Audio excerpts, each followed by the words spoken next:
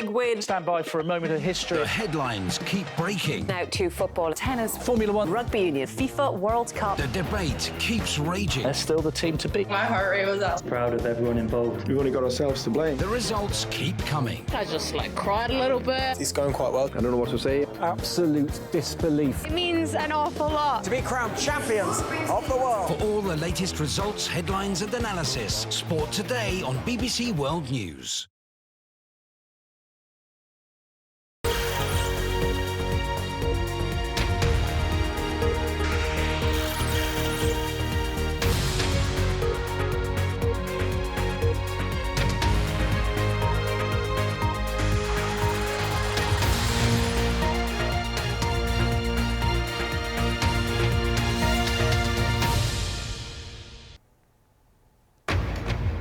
Hello, this is BBC World News. I'm Annita McVeigh. Our top stories.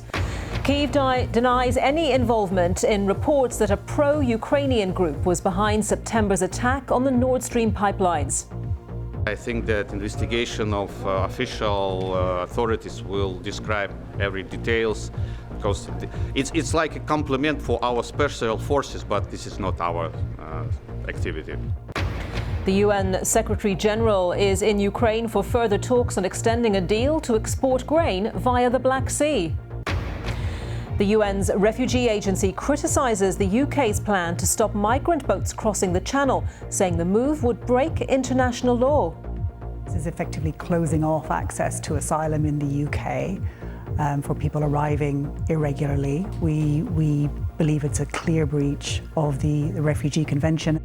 They will enable us to take very bold and forward-leaning steps in order to reduce the rights of people to claim and to thwart their removal. Meanwhile, a BBC spokesperson has said one of its highest-paid presenters, Gary Lineker, is being spoken to after he criticised the government's immigration plans on social media. And a crime with 2 victims, how gangs in Southeast Asia are forcing migrants to carry out online scams worth hundreds of millions of dollars.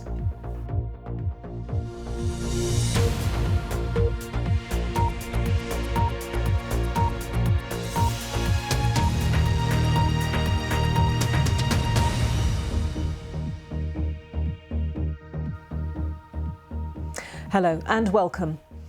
Ukraine has denied any involvement in an attack last September on the Nord Stream pipelines, which were built to carry Russian gas to Europe.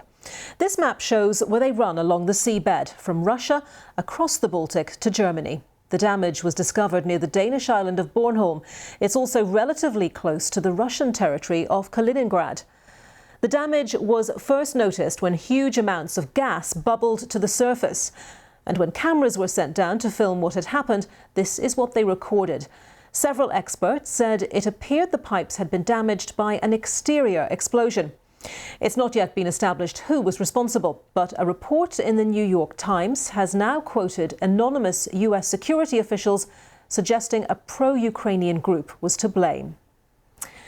Well, Ukraine's Defence Minister Oleksiy Reznikov commented on the Nord Stream allegations. Here's what he said. For me, it's